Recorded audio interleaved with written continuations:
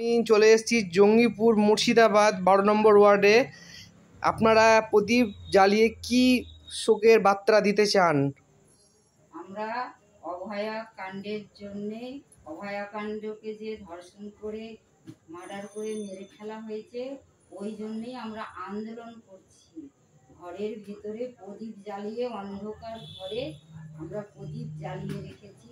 আমরা সুবিচার চাই, ঈশ্বরের কাছে প্রার্থনা করি যাতে সিবিআই তথ্য খুঁজে পায়, ঈশ্বর যাতে সাহায্য করে, সিবিআই এর হাতে যাতে তথ্য আসে অভয়াকাণ্ডের। তাহলে যারা দোষী তারা সাজা পাবে, তাদের ফাঁসি হোক, বিচার হোক, তখন আমাদের আত্মা শান্তি পাবে। আমাদের বোনকে মেরে ফেলেছে, এরকম করে চলে গেছে, সারা পৃথিবীর লোক আন্দোলন করছে। আমরা ঘরের ভিতরে বসে বসে কুলে কুলে কাঁদছি। অনেক কষ্ট করে সবাই আন্দোলন করছে। পৃথিবীতে আর কোনো লোক নাই, সবাই বেরিয়ে পড়েছে তিলোত্তমার জন্য। তিলোত্তমার পাশে সবাই আছে।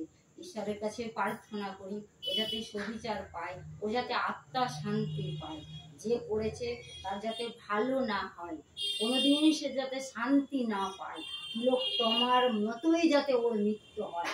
যমরাজ যাতে এই কথাটা আমার শুনে কান দেয়। আমি যে কোনো কথা বললে ঈশ্বর আমার কথা শুনে রাখে। তবে ঈশ্বরের কাছে আমি এটাই প্রার্থনা করি যে আসল খুনিকে তুমি বার করে দাও, যাতে সিবিআইয়ের হাতে তথ্য খুঁজে বার করে দাও, যাতে সিবিআই পায়। তাহলেই জিনিসটা জলের মতন পরিষ্কার হয়ে যাবে। সিবিআই তো খুঁজে পাচ্ছে না, তথ্য খুঁজে পাচ্ছে না। ঈশ্বর তুমি সাহায্য করো, এইটুকুই তোমার কাছে আমার অনুরোধ। তো যাতে ঈশ্বর সাহায্য করো, সিবিআইকে তথ্য দিও, যে দোষী সে যাতে সাজা পায়। আপনার পরিচয়? আমার নাম ময়না বাগচি, 12 নম্বর ওয়ার্ডে আমি বাস করি। আমি একটা গরিব ঘরের বউ। ধন্যবাদ।